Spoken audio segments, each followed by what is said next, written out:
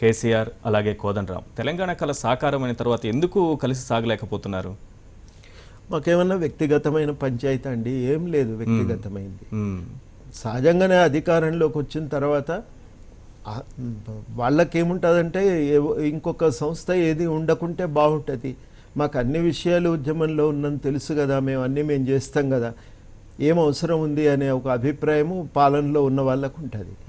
మాకేమనిపిస్తుంది అంటే మేము ఉద్యమంలో ఉన్నాం కదా, మేము కొన్ని విషయాలు చూసినవి మేము చెప్పాలి కదా అని అనిపిస్తుంది. రెండోది ఏంటంటే ఉద్యమంలో ఉన్నప్పుడే మేము ఒక నిర్ణయానికి వచ్చినాం.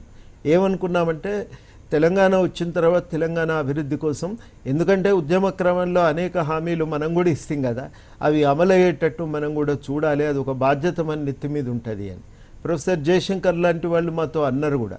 తెలంగాణ వచ్చేదాకా రాష్ట్ర సాధన కోసం, ఆ తర్వాత తెలంగాణ అభివృద్ధి కోసం, అంటే ప్రజలందరికీ మేలు చేయగల అభివృద్ధి కోసం మీరు తిరగవలసే ఉంటుంది, ఆ బాధ్యతను మీరు గుర్తించాలి. ఆ పని మేము చేస్తూ ఉన్నాం. దానివల్ల ఘర్షణ వస్తున్నది, లేకపోతే ఏం ఘర్షణ అండి?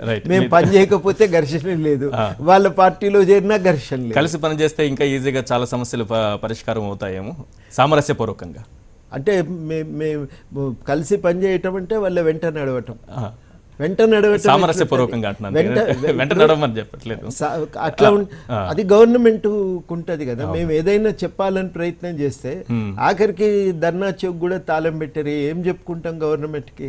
ఏదైనా ఈ సమస్యల గురించి చర్చించడానికి, ప్రభుత్వంతో చర్చించడానికి సీఎంతోనే నేరుగా చర్చని మీరు ఏదైనా ప్రయత్నం చేశారా? మొన్న అపాయింట్మెంట్ అడిగితే కదా, నేను ఒక్కనంటే ఏమన్నా అనుకుంటారని అందరం కలిసి కలుస్తామని చెప్పి అపాయింట్మెంట్ లెటర్ ఇస్తే అపాయింట్మెంట్ అడిగినందుకే అరేంజ్ చేశారు కదా మన సిపిఎం నాయకులను.